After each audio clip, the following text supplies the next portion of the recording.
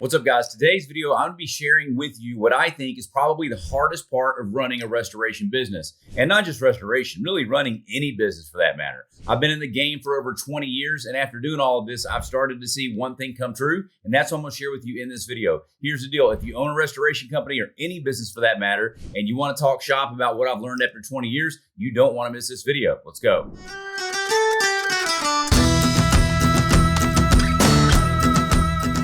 All right, guys, as we get started, do me a favor. If you haven't already, subscribe to this channel and hit the like button and drop a comment. Tell me where you're tuning in from. That tells the algorithm, hey, show this video to more people. And that's my only ask of you. With no further ado, let's hop in. What's up, ladies and gentlemen? If you own a business or you want to own a business, you might want to tune in for this video. Going to cover a handful of topics. It's been a long week.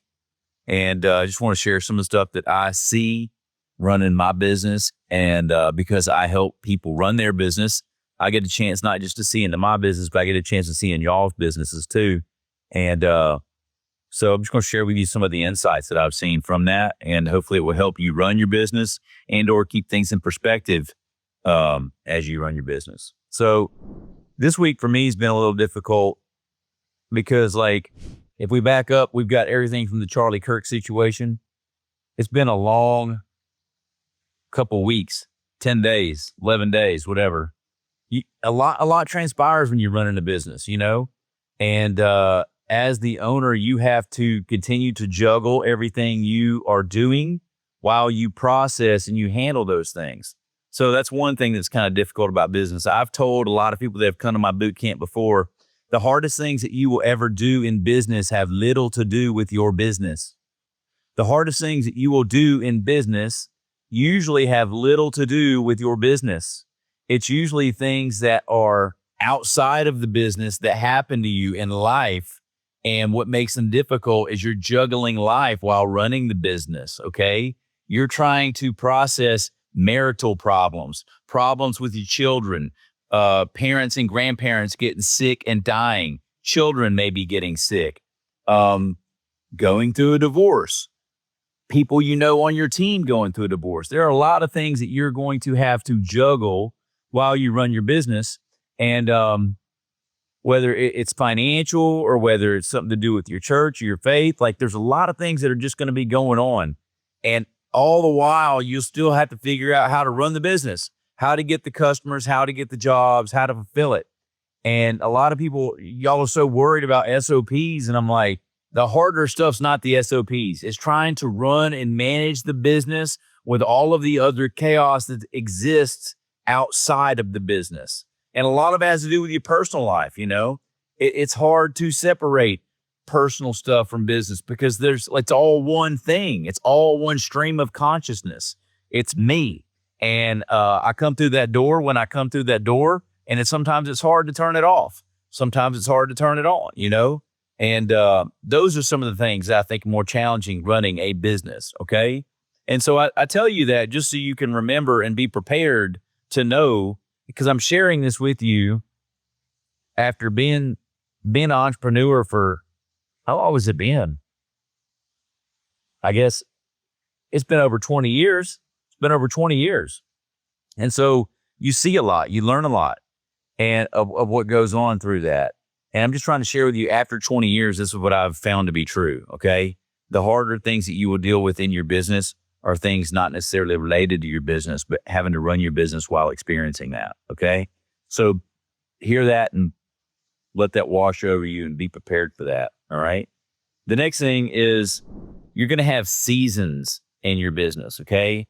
And there's going to be good seasons and there's going to be bad seasons. And everybody's heard about seasons of life. And I think the reason why you have seasons in your business is because there are seasons in your life. Okay. And those things are going to happen. And maybe this is a little bit related to the last point, because things are going to go on with you personally for a season. Things are going to go on with your spouse for a season. Things are going to go on with your management team for a season, your right hand for a season, your lead technician for a season. We are all human beings. And we all deal with seasons of life. And for that reason, your business is also going to go through seasons, okay? The reason why I tell you this is for this reason. You won't always Not every season is as hard as the other, okay? For me personally, I've come through, we're in 2025 right now. Since about 2021, 2020, like since COVID, man, I went through so much. It was probably the hardest 3 years of my life, okay? But I knew it was going to be short term, but I had to bury some of the most important people in my life, and moving across state, shutting down businesses, starting new ones. It was just a lot for me. And that was a season that had a lot of abnormal activity that it was going to pass, and it has, and it did. But I'm telling you this because of this. A lot of you guys right now are not in a difficult season, but you're not taking advantage of the opportunity of the time and the peace that you have. Say it differently. It's going to get much harder and much more chaotic for you in the future than it is right now. It's very important that we, not just you, but we all take advantage of the time that we have and the lack of distractions. I'm going to be perfectly honest with you right now. Bro, I've taken about a year or two off, okay? Just kind of breathing a little bit. I really have. I've relocated to Florida in the past year. There's been a lot of changes in my life. And like, I've been grinding for like at least a solid decade. And it's been hard, okay? And it just kind of caught up with me. I just had to take a break. And what I would tell you is this: pace yourself a little bit. Try not to burn yourself out. When I say I was grinding, dude, like there were probably 3 to 4 years, maybe 5 years that I was taking Adderall and going to the office at 4 in the morning, 3:30 in the morning, and just trying to get so much accomplished because I had babies at home and I didn't want to miss them being a baby. And I had a wife at home and I wanted to keep my babies and my wife. And so I learned that she did not want me coming home at 7 o'clock at night. Okay. Like that was not going to be sustainable for a long time. But what I learned in short order is she had no idea what time I left in the morning, dog. She never knew. And so I started to get up at 3 and 4 in the morning and go to the office. And I'm telling you, that was a good season. I learned so much. So much of the stuff that I know now, it's because I grinded and crammed so much into my brain in that season. Like, I'm going to be honest with y'all. I've learned so much more than most of you guys have, like, because I've worked in so many different industries, like water damage restoration, music and entertainment, speaking and debate, okay? Being a contractor, general contractor, remodels and additions, and then getting into marketing and automation and direct response copywriting, okay? And creating content. Like, so many of these things are not related to one another. And I'm telling you, I studied the craft. I studied the art of these things for years, between the hours of 3:30 and 8 a.m. I just did. That's what I did. I just studied it, okay? And it's made me better for it. But maybe I burnt myself out a little bit because, like, I've just got done telling you, I've been on a year or so. Just breathe and take a break, all right? But guess what? Daddy's getting back in the saddle. Trying to do it with, I don't want to say caution, but with measure. I want to be measured as I do it. I've built multiple companies.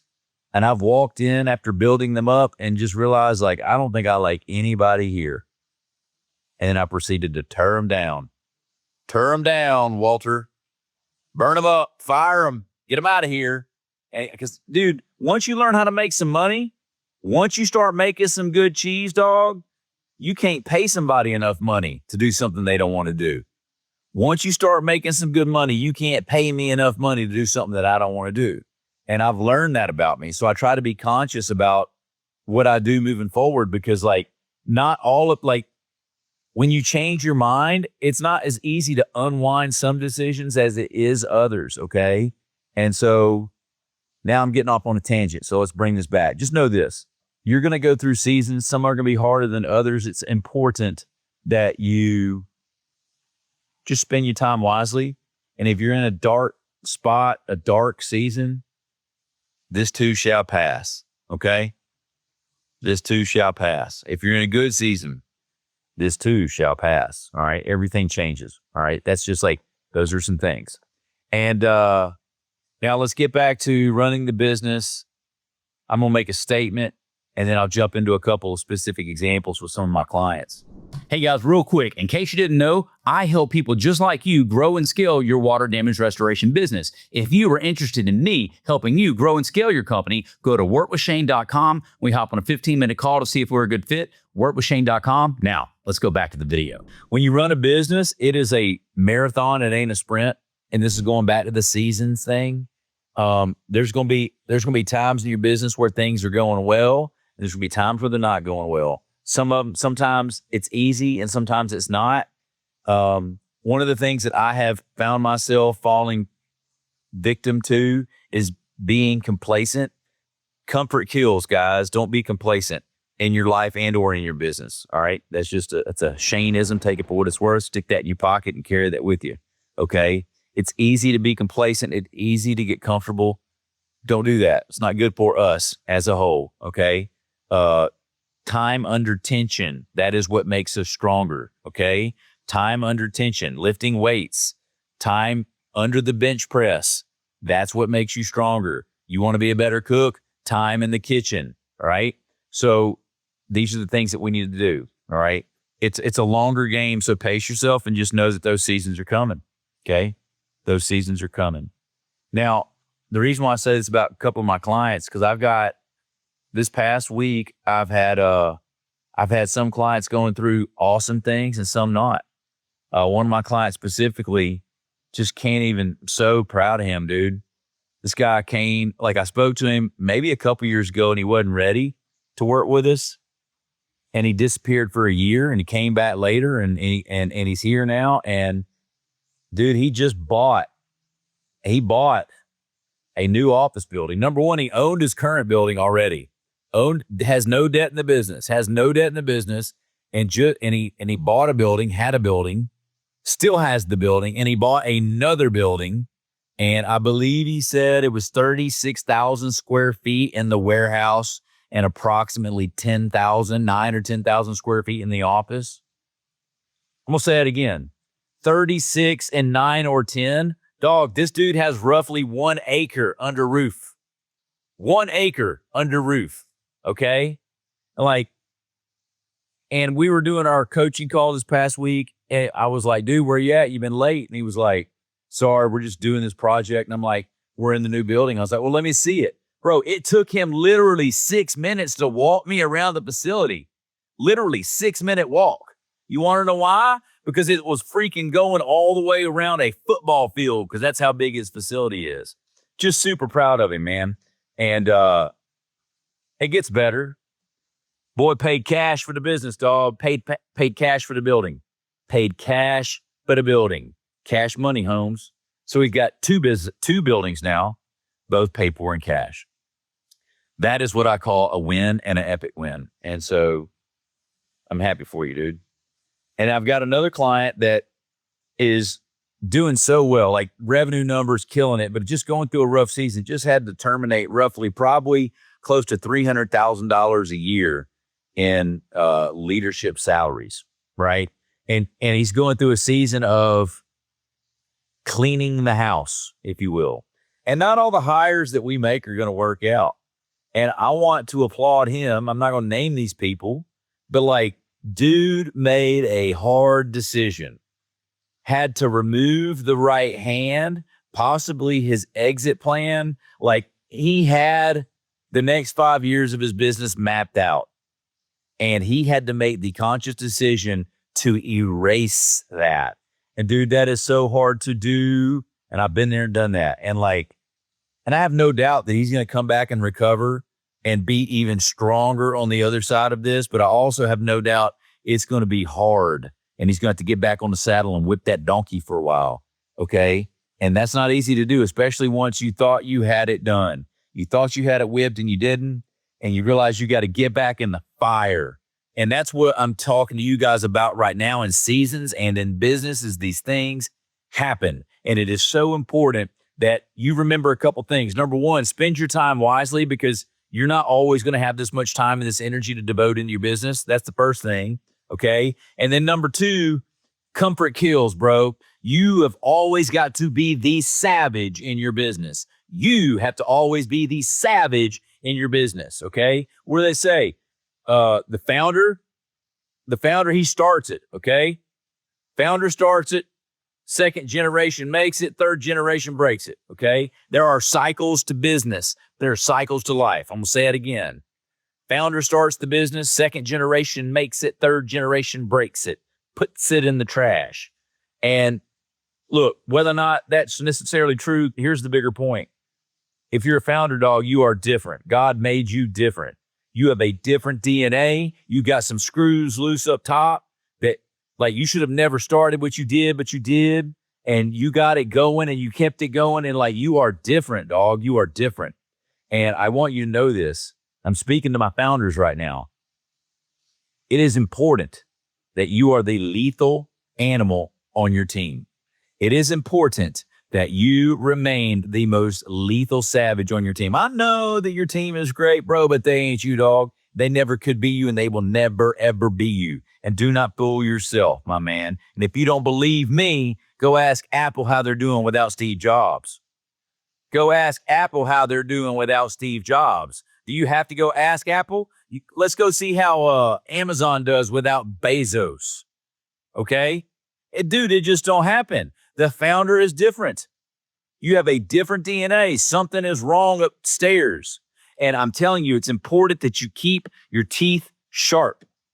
Keep your teeth sharp, man. Make sure you're good at sales and marketing. Make sure you're good at persuasion. Don't lose your edge. Always get better. And comfort kills. Right? That's all I'm going to deliver on y'all today. All right? I feel like that's enough. I love you guys. Continue to work hard. If y'all want some other content, some other questions, comment down below. I'll hit y'all up later. Guys, if you didn't already know, the two biggest problems you're going to have in owning a restoration company are this. Number one, getting consistent water damage jobs coming in the door. Number two, getting paid what you're worth for those water damage jobs. For that reason, I'm addressing both those problems with these videos to my left or right. On one side, it's about getting jobs. On the other side, it's about getting paid. Go over there, click the link. I'll see you in the next video.